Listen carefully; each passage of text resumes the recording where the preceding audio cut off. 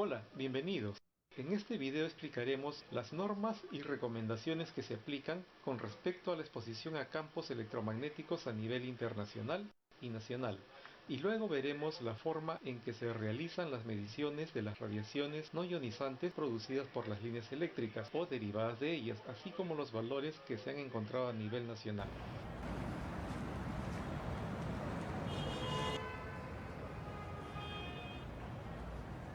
Como ya sabemos, la Organización Mundial de la Salud es el organismo internacional encargado de dirigir las medidas específicas en materia de salud y fomentar su investigación, difundir información por medio de publicaciones, elaborar reglamentos, normas, planes y políticas y modelos de vigilancia y seguimiento. La OMS, a través de la Comisión Internacional de Protección contra la Radiación No Ionizante, o ICNIR, fomenta la protección contra la radiación no ionizante en beneficio de las personas y del medio ambiente. La ICNIR proporciona orientación científica y recomendaciones sobre protección contra la exposición a las radiaciones no ionizantes, elabora directrices y límites internacionales de exposición independientes y con fundamento científico. Esta comisión está reconocida por la Organización Mundial de Salud y la Organización Internacional del Trabajo para asuntos relativos a radiaciones no ionizantes. La ICNIR ha elaborado unas guías donde se establecen unos límites de exposición a diferentes tipos de radiación, los cuales han sido obtenidos a partir de restricciones básicas de modelos matemáticos y por extrapolación de los resultados de las investigaciones de laboratorio en frecuencias específicas. Asimismo, los límites están clasificados en límites poblacionales y límites ocupacionales. Los límites ocupacionales tienen como características el que las personas o trabajadores estarán expuestos de manera limitada en el tiempo, por tanto no recibirán dosis permanentes de radiación. Además, la población expuesta ocupacionalmente consiste de adultos que generalmente están expuestos bajo condiciones conocidas y que son entrenados para estar conscientes del riesgo potencial y para tomar las protecciones adecuadas. Para el caso de los límites poblacionales o del público en general, comprende individuos de todas las edades y de estados de salud variables y puede incluir grupos o individuos particularmente susceptibles. En muchos casos, los miembros del público no están conscientes de su exposición a los campos electromagnéticos. Más aún, no se puede esperar que las personas tomen precauciones razonables para minimizar o evitar su exposición. Debido a estas consideraciones, se adoptan restricciones más estrictas a la exposición del público que para la exposición de la población expuesta ocupacionalmente. En estas guías, en la primera columna se identifica el tipo de radiación por la frecuencia que emite, que va desde 0 hasta 300 GHz, como se puede apreciar en esta figura. En la segunda columna se hace referencia al valor límite del campo eléctrico. El campo eléctrico para un punto dado es la fuerza que experimenta una carga eléctrica en dicho punto debido a un campo eléctrico existente y se mide en voltios por metro. En la imagen, el campo eléctrico se representa con líneas negras y la carga en rojo, donde las líneas rojas interactúan con las negras, ya sea como atracción o repulsión. El valor del campo eléctrico es función de la tensión del sistema eléctrico, es decir, cuanto mayor sea la tensión del dispositivo, más intenso será el campo eléctrico que genere. Existe un campo eléctrico natural creado por las cargas eléctricas presentes en la ionosfera. Su valor varía desde 100 a 400 voltios por metro en condiciones de buen tiempo hasta 25.000 a 50.000 voltios por metro en condiciones de tormentas eléctricas. En la tercera y cuarta columna se hace referencia al campo magnético. Los campos magnéticos son producidos por cargas en movimiento, es decir, por corrientes eléctricas, y se manifiesta como la fuerza que experimenta una carga en movimiento o una corriente ante la presencia de un campo magnético y se expresa en amperios por metro. Toda corriente eléctrica produce un campo magnético. Cuanto mayor sea la intensidad de la corriente eléctrica que recorre un conductor, más elevado será el campo magnético que genere. La unidad de medida del campo magnético en el sistema internacional es el Tesla o sus fracciones, en particular el microtesla. En algunos países se utiliza también el Gauss. Existe un campo magnético natural estático debido a las corrientes que circulan en el núcleo de la Tierra. La intensidad del campo magnético terrestre varía con la latitud, desde 25 microteslas en el Ecuador hasta aproximadamente 67 microteslas en los polos. A nivel de gobierno, tenemos al Ministerio de Salud, MINSA, como el ente encargado de proteger la dignidad personal, promoviendo la salud previniendo las enfermedades y garantizando la atención integral de salud de todos los habitantes del país, proponiendo y conduciendo los lineamientos de políticas sanitarias en concertación con todos los sectores públicos y los actores sociales. Por otro lado, tenemos el Ministerio del Ambiente como el encargado de promover la sostenibilidad ambiental del país, conservando, protegiendo, recuperando y asegurando las condiciones ambientales, los ecosistemas y los recursos naturales. Y dentro del Ministerio del Ambiente tenemos a la OEFA, a quien debemos dirigir nuestras consultas y reclamos en materia ambiental y cuya misión es ejercer y promover una fiscalización ambiental efectiva que armonice el ejercicio de las actividades económicas y la protección del ambiente con el desarrollo sostenible. Asimismo, dentro de la misión del Ministerio de Energía y Minas encontramos lo siguiente: promover el desarrollo sostenible de las actividades energéticas y mineras, impulsando la inversión privada en un marco global competitivo, preservando el medio ambiente y facilitando las relaciones armoniosas del sector.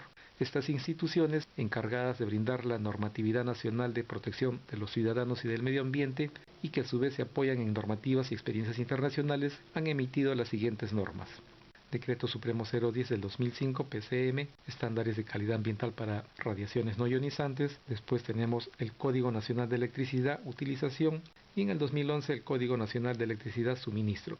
Estas normas toman como referencia las recomendaciones del ICNIR. En esta tabla nos centraremos en los límites que se deben aplicar para el caso de las radiaciones producidas por fuentes de 60 Hz, es decir, las radiaciones producidas por las líneas eléctricas o derivadas de ellas. Reemplazando el valor de 60 Hz en las tablas, obtenemos los límites o valores máximos de exposición a campos eléctricos y magnéticos a 60 Hz para exposición ocupacional de día completo y para la exposición del público o poblacional, como se ve en la tabla mostrada. El cumplimiento de los niveles o límites establecidos garantiza la prevención contra los efectos sobre la salud, es decir, estaremos protegidos contra las enfermedades conocidas que puedan ser causadas por las líneas eléctricas. El Instituto de Ingenieros Electricistas y Electrónicos, o IEEE, es una asociación mundial de ingenieros dedicada a la estandarización y el desarrollo en áreas técnicas relacionadas a la ingeniería eléctrica y sus ramas derivadas. La IEEE produce más del 30% de la literatura publicada en las ramas correspondientes a la ingeniería eléctrica. En la publicación IEEE 644 se presenta un procedimiento normalizado para la medición de campos eléctricos y magnéticos generados por la corriente eléctrica, el cual consiste en lo siguiente. 1. Procedimiento para la medición de campos eléctricos. La intensidad del campo eléctrico bajo líneas de conducción eléctrica debe ser medida a una altura de 1 metro sobre el nivel del suelo. La sonda debe estar orientada para leer el campo eléctrico vertical, ya que esta cantidad es con frecuencia usada para caracterizar efectos de inducción en objetos cercanos al nivel del suelo. La distancia entre el medidor de intensidad de campo eléctrico y el operador debe ser por lo menos de 2,5 metros. Se debe tener cuidado durante la medición si el eje eléctrico de la sonda no coincide con los ejes geométricos aparentes. La distancia entre el medidor y los objetos no permanentes debe ser de 1 metro aproximadamente o más, a fin de asegurar suficiente exactitud de la medición del valor del campo ambiental perturbado. Algunas precauciones que deben tomarse durante las mediciones de campo eléctrico son las siguientes. Con el fin de hacer mediciones de la intensidad de campo eléctrico que representen el campo imperturbado en una ubicación dada, el área debe estar libre en la medida de lo posible de otras líneas de conducción eléctrica, torres, árboles, cercas, arbustos grandes y otras irregularidades. Es preferible que la ubicación sea relativamente plana. Se debe tomar en cuenta que la influencia de la vegetación en la intensidad de los campos eléctricos puede ser significativa. En general, un incremento del campo ocurre cerca de la parte superior de la vegetación aislada y un debilitamiento del campo ocurre cerca a los lados. La perturbación de los campos puede depender notablemente del agua que se encuentra en la vegetación. Segundo, procedimiento para la medición de campos magnéticos. El campo magnético bajo líneas de conducción eléctrica debe ser medido a una altura de 1 metro sobre el nivel del suelo. Mediciones realizadas a otras alturas de interés deben indicarse explícitamente. Los medidores de campos con sondas de ejes simples deben ser orientados para medir el máximo valor. Alternativamente, medidores de campos con sonda de triple eje pueden usarse para medir el campo magnético resultante. El operador puede permanecer cerca de la sonda. Los objetos no permanentes que contienen materiales magnéticos o conductores no magnéticos deben deben estar alejados del punto de medición al menos 3 veces la dimensión mayor del objeto para medir el valor del campo imperturbado. La distancia entre la sonda y los objetos magnéticos permanentes deben ser de no menos de 1 metro para medir debidamente el campo perturbado del ambiente. Resultados obtenidos. Debemos considerar que la Tierra produce campos electromagnéticos en la forma de campos estáticos 0 Hz. Los campos eléctricos son producidos por actividades eléctricas como la ionosfera y actividades tormentosas en la atmósfera, y siempre han estado presentes. Cerca del suelo, el campo electromagnético es en promedio de unos 200 voltios por metro, y campos eléctricos de 50.000 voltios por metro ocurren directamente debajo de las tormentas eléctricas.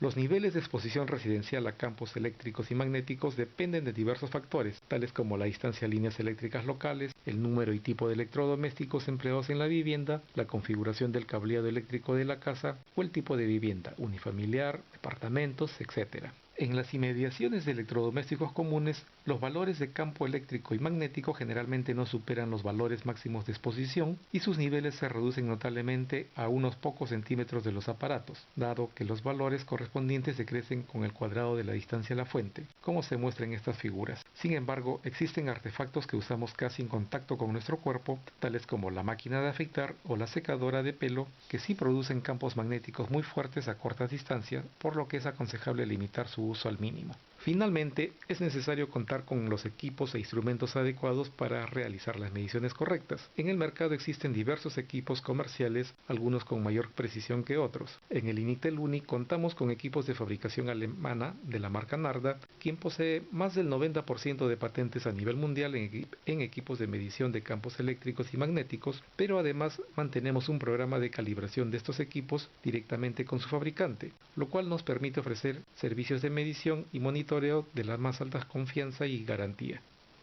Un punto que no debemos olvidar es la protección adecuada del operador encargado de realizar las mediciones o monitoreo de las radiaciones no ionizantes, tales como casco dieléctrico, botas dieléctricas, lentes de protección, protector de oídos, contra el polvo, contra el sol, guantes, chaleco de identificación y, lo más importante, la capacitación y la actitud necesaria ante cualquier eventualidad o accidente que pudiera ocurrir.